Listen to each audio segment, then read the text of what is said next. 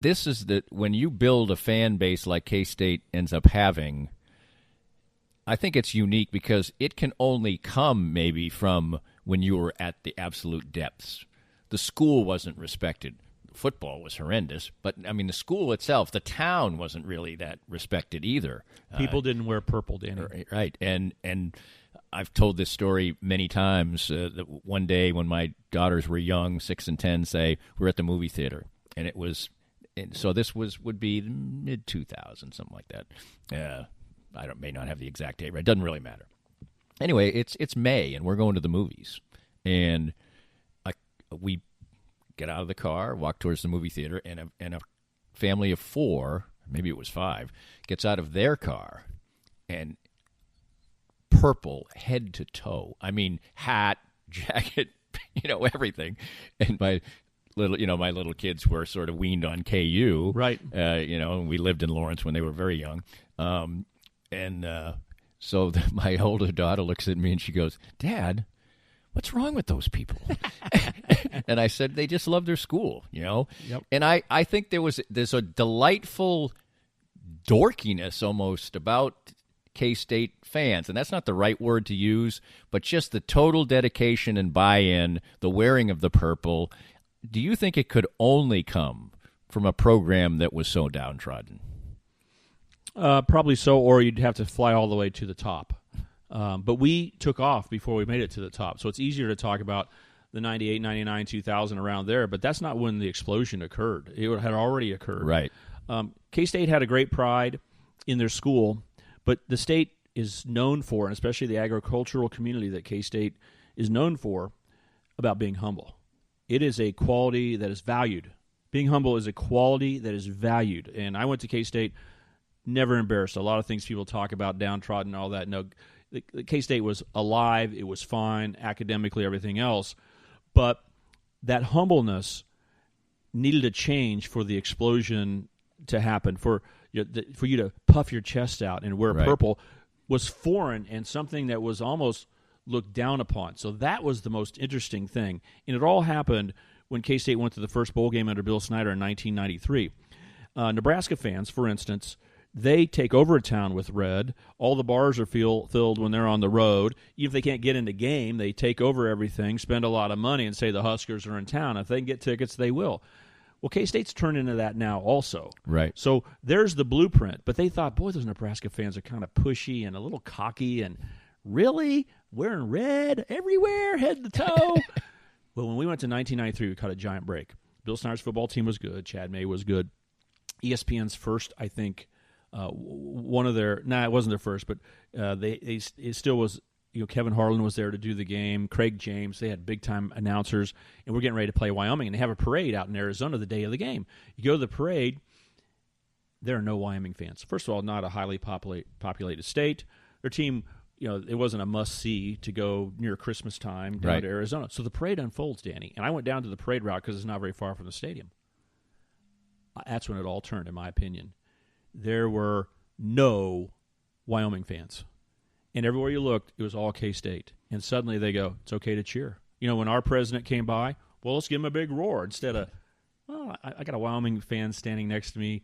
I don't really, clap, clap, clap, clap. Right. No, there was a roar in K-State and K-State. And Mitch Holtis, just before that, the night before, put on an impromptu pep rally. Bill Snyder said, can you put a pep rally together for us? And he did at the hotel, and it was the greatest explosion ever. It was like a Hearn Field house on steroids. Fans couldn't even get in there. They were stuck outside the hotel. The whole time we went on a bowl trip, Mitch had us on a mission. His wife, Tammy's really cool. My wife, Nancy, Ed O'Donnell, Greg Sharp. We were running around town going to every hotel, putting up signs going, pep rally, pep rally, pep rally. Well, K-State's known for it now. Like it's the must-see, go-to thing at every bowl game. No one even knew we had it until we went out. And we had an explosion that night. The next day, the chest puffed out, and then they lit Wyoming up. I mean, punt returns for touchdowns, pro players flying around. And that day in 1993, rarely did K-State fans wear purple. When we came back the next year, the stadium changed colors. People started wearing the colors. And that Wyoming game was the first time they go, we don't have to be humble. We're not going to hurt anybody's feelings. And then it was so much fun.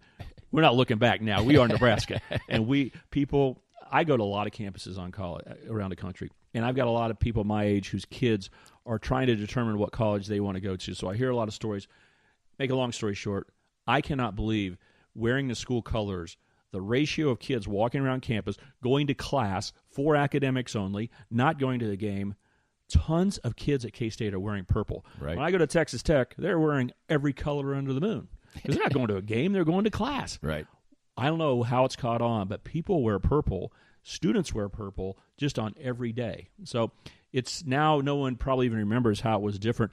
One of my great lines, I thought, as a broadcaster was, Mitch, you know you got a big-time football program when the weather turns bad and the rain starts pouring down and everyone starts pulling their gear up and putting it on, and it's your school colors. Because my first years of announcing, starting in '87, and when I played, yellow poncho, hunting equipment, man, right. Orange and camouflage and yellow, right. the yellow, right. all those natural colors that everyone had when it really rained, that's what they put on at the game. And I go, Mitch, look, it's starting to pour, and the stadium stayed purple. People had purchased cold weather gear, rain gear. I go, wow, you know you're big time when that happens. Talk about a little bit about starting to do basketball. Obviously, you loved basketball as a young person, and but people didn't know you didn't play basketball at K-State. How did that happen?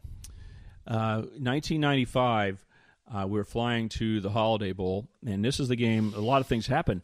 Bill Snyder, people thought he was going to leave to UCLA, I believe, and he announced at the pep rally, "I'm staying," and the crowd's like, "Whoa!" We were worried. He's staying. I was standing next to Bob Stoops, shoulder to shoulder, and I saw his head kind of drop a little bit. Not in a real bad way, but I go, I think Bob's leaving. He did leave after the 95 season. But I thought for a split second, there was a little reaction like maybe he thought, I'm ready to be a head coach, and it's my time.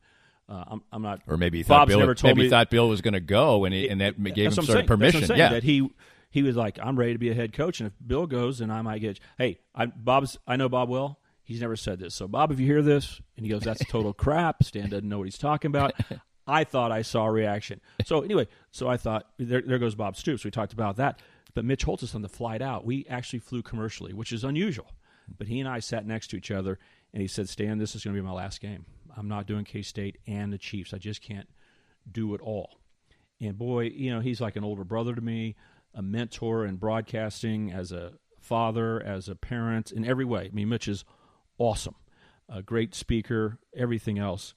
And he really, we were reflective. And the thing that he said that was the most interesting to your question, he goes, you've come a long way as a broadcaster. You're ready to roll. Doesn't matter if I'm here or not. You're going to be fine. You're doing a great job. Because he was doing with the best he ever heard, Len Dawson, for 2 years. Right. And he had come back to me and said, we need to make our broadcasts as much like the Chiefs, because I got to have the same rhythm. I'm doing this within like 12 hours of each other, 24 hours.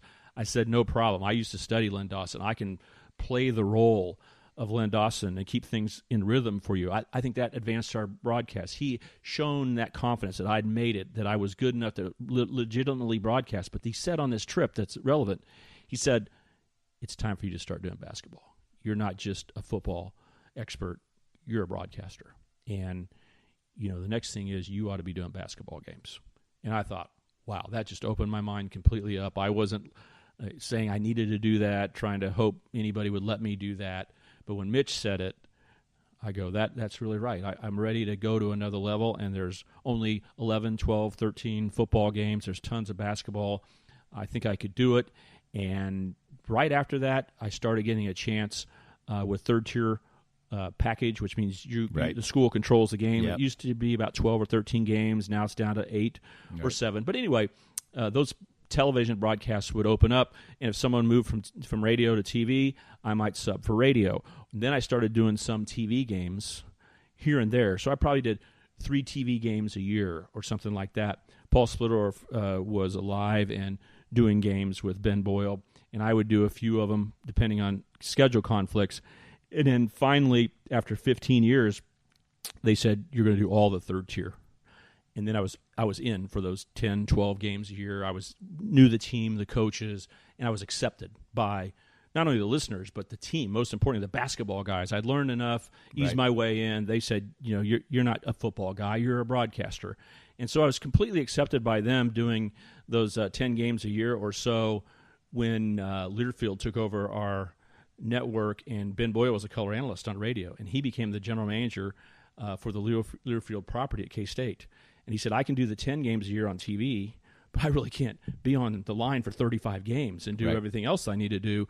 Will you want to do the radio? So then I was in. And so I've probably done that for, I don't know the exact, 15 or 16 years I've done every K-State basketball game, and probably 5+ years I was doing 10 games or so. So all the basketball people have been great to me. I mean, just totally accepting. Don't look at me as like, oh, what are you doing over here?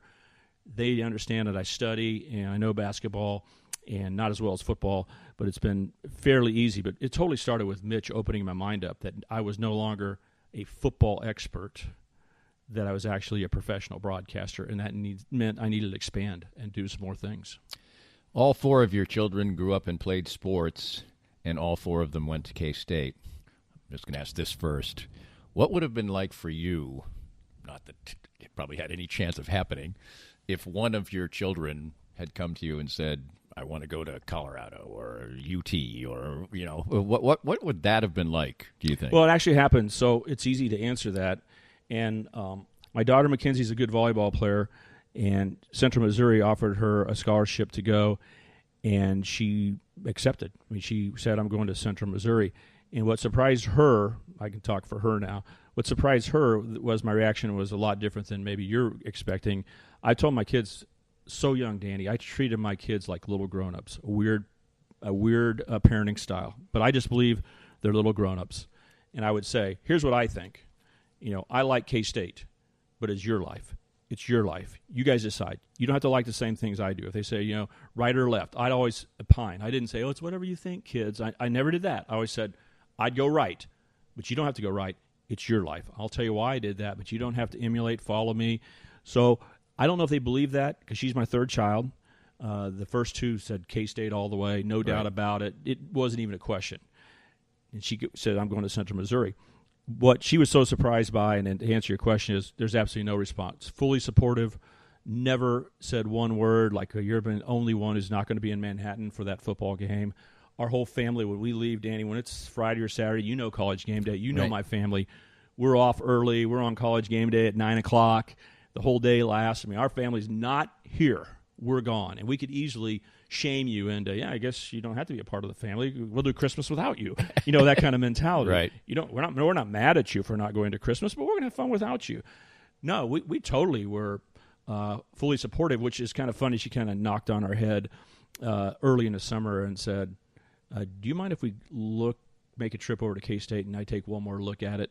And really what happened was she thought she was pushing against us, like you had to push really hard to break away from that K-State stuff, that we would push and dominate her mindset. So she pushed so hard when she realized there was no wall there, and suddenly it was her life, her decision. She immediately said, I want to go to K-State. I don't want to go to Central Missouri. So totally on her own, and now she's in her 5th year getting ready to play volleyball for K-State, so she actually got to play there. Mm-hmm. So it all worked out.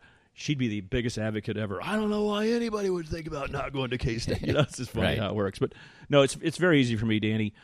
I'm very stuck in my ways. You asked me a question 40 years ago and today. My wife just laughs because she can answer them all. Very consistent. I'm very consistent of what I like, what I don't like, and why I do things. But I truly am so open-minded about my kids. My kids, 3 of them are not married right now. And the funny thing is, I may sound like a bad person, but they laugh that they date someone in high school or even college, and they may bring them over to our house, and they're so used to most families when they go in. I mean, the warmth is unbelievable. If you're old enough to drink a beer or whatever it is, hey, great to see you, hugs, and treat them like they're part of the family, and it's really warm and welcoming. It's great. I'm not cutting it down. But I'm just the opposite. Like, hi, Susan. Nice to meet you. If I sit there, watch a movie, I'll do whatever, going to dinner, but there's no fake warmth like she's my daughter-in-law. I mean, so the point is my kids realize, and they really appreciate it now. They're like, you never try to rope in and say, you really like that girl or guy. Hope you don't break up with them because our family really loves them. They really realize it's their life. I will be totally in love with whoever they marry, but I don't need to opine on who they marry. And It's the crazy thing, but now they come back and say thank you. I know, Dad. They say, well, they don't say, what do you think about so and so? They go, I know, Dad. You're going to say